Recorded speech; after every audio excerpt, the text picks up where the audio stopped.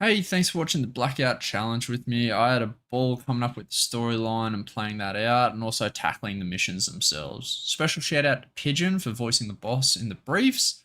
Let's get into the awards, and then after that, we'll go through the Roll of Honor. Enjoy. Alright, first up, we have the biggest liability, which unfortunately was Yatesy with 2 missions and 0 kills. One of 2 members without a kill, the other one being Roxy. Roxy only had 1 mission though, so that was the difference. Next up, we have most injured, which is a tie between Nobes and Pigeon on 4, which means they got injured just about every other mission that they went on.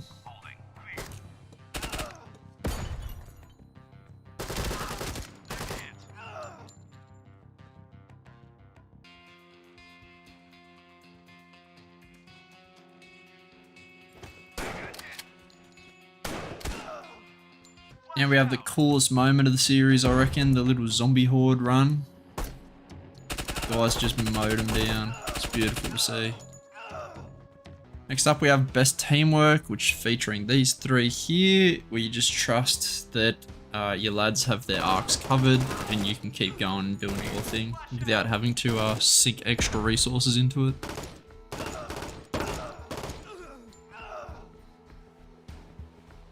Alright, and the most kills goes to Aqua, who managed to rack up 65 over 5 missions, which averages at 13 kills per mission.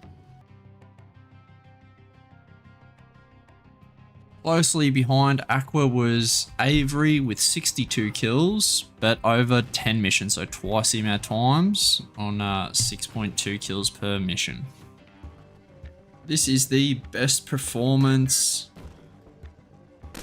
These lot taking out the training facility was just so smooth. It's such a big level for how many guys that we had. It's truly ridiculous. They end up all getting injured on this level, but we didn't lose anybody, which was super good. I want to take this time to talk about the actual Blackout Challenge a little bit. It was fun, but it also had quite a few drawbacks as well. A lot of the missions are a lot longer than the regular campaign.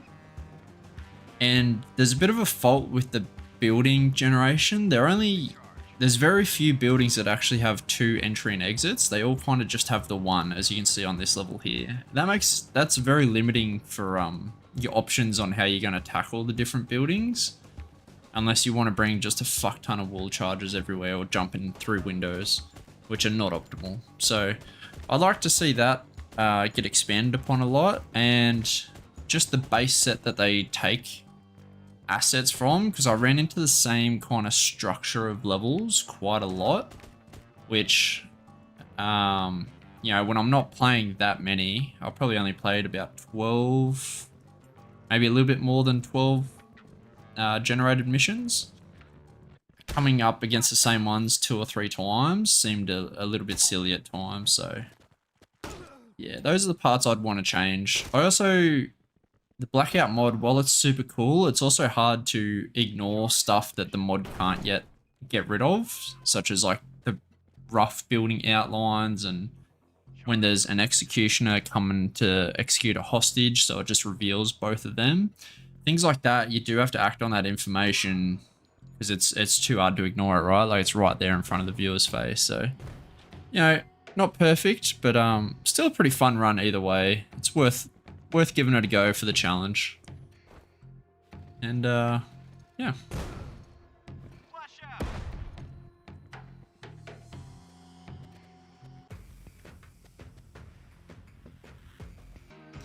Here we have MVP, which is Spivey. Spivey filled in for myself a lot of the time when I was out of action due to injury and whatnot, and ended up becoming just way more reliable because I ended up dying rather early in the run. So Spivey kind of carried a fair bit. He actually went on the most amount of missions as well.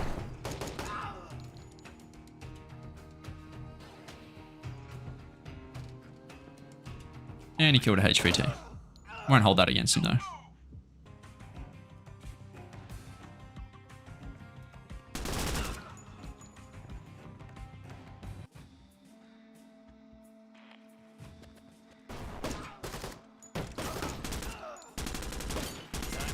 goodbye.